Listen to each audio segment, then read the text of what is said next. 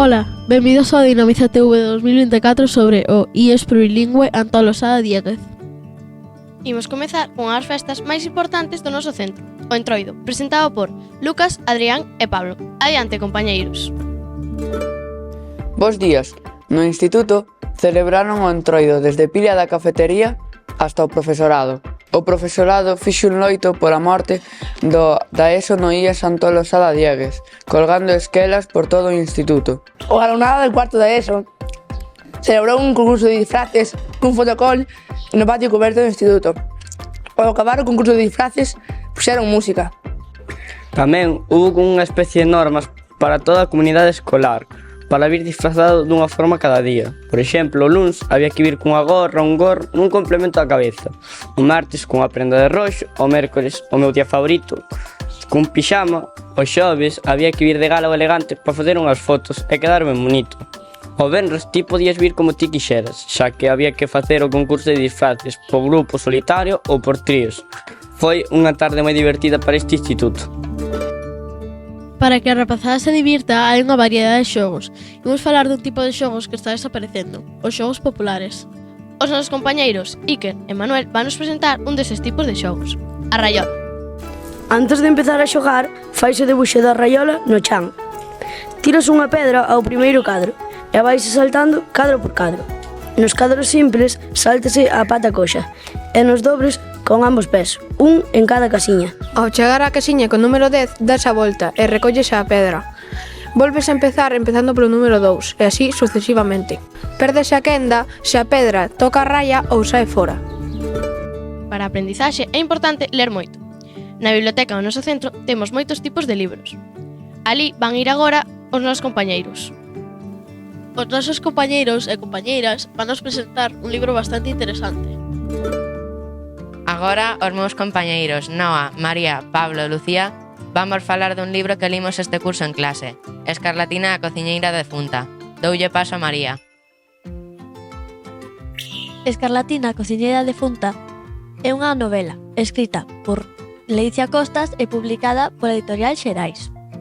O protagonista é Román, un neno de 10 anos que vai vivir moitas aventuras.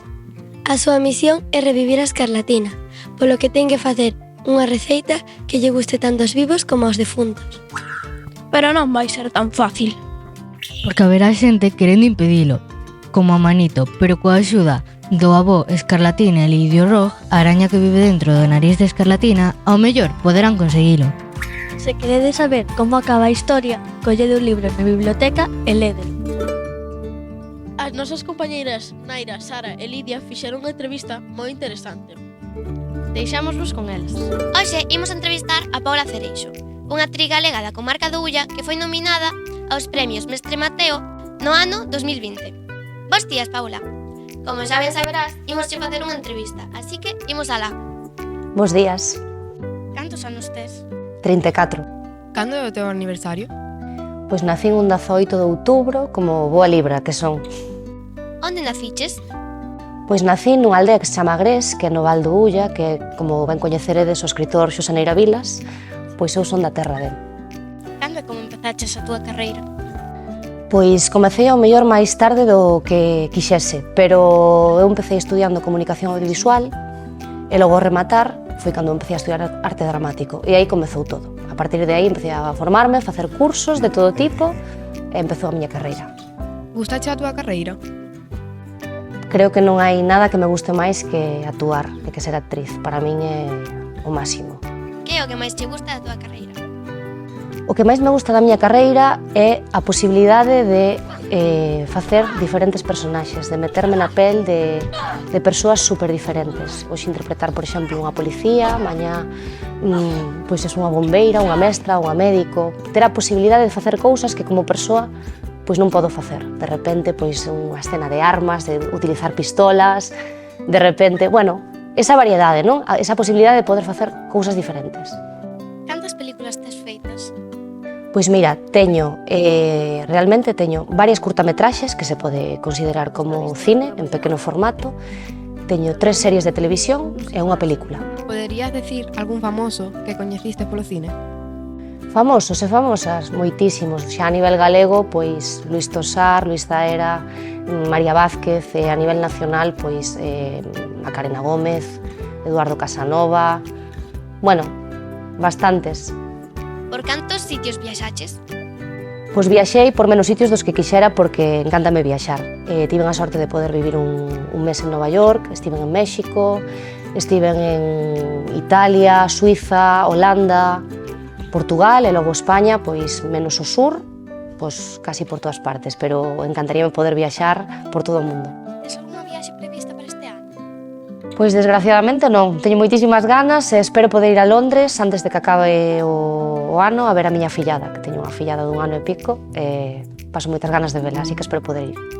Que proxecto tes agora? Pois agora mesmo estou con proxectos persoais. Acabo de facer incluso onte, antonte, un proxecto ca banda de música de Santiago e agora estou máis pois facendo proxectos propios, tamén con Lucas, que é o que nos está grabando ahora mismo, así cousiñas propias. De momento non hai nada en previsión de cine, nin tele, nin nada semellante.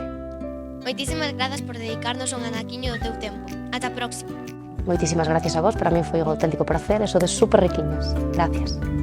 O noso compañeiro Rodrigo vai facer uns monólogos e, ao mellor, sacavos un sorriso. Imos alá.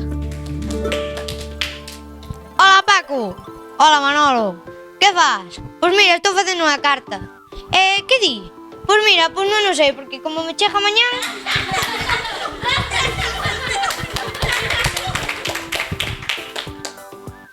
Oye, que pasa se che corto unha orella? Quédame medio sordo. E a outra? Pois que me quedo cego. Por qué? Home, porque se me caen as gafas...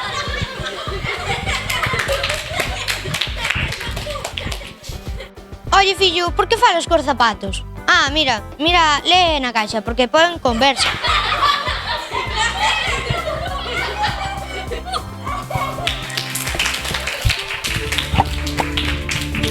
Os nosos compañeros e compañeiras Lola, Emma, Pablo e Lucas van nos contar e representar un conto de microcripta. Non teñades ningún tipo de medo, todo isto é ficción. Colleu 13 cirios negros, unhas tesoiras e un vaso.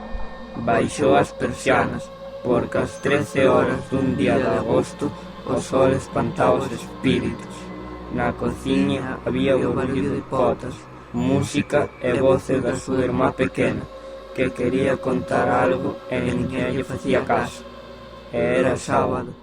Ás 13 horas, a loia estaba de xoños no medio do círculo de cirios negros, coas tesoiras abertas no chan e os dedos índices de cada man arriba do vaso. Murmuraban as palabras que aprendera de memoria. Se estás aquí e sabes que eu non sei, dime como hai de morrer. O vaso vibrou, se cadra fora ela que o movera sen decatarse. Co susto, a loia incorporouse e mirou o espello que tiña diante.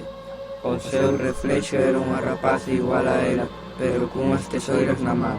A rapaza do espello sorriu e cravou as tesoiras no corazón. Escoitaron o berro de Aloia desde a cociña. A ambulancia chegou pouco despois. Mentres axudaba a limpar o sangue do chan, a irmá pequena, desguello, puido ver no espello o seu propio reflexo e doutra rapaza, moi parecida a súa irmá, que sorría e lle facía un xesto para que se achegase, como se tivese un segredo que lle confiar. E ata aquí chegou o noso Dinamiza TV deste curso. Ata a próxima edición.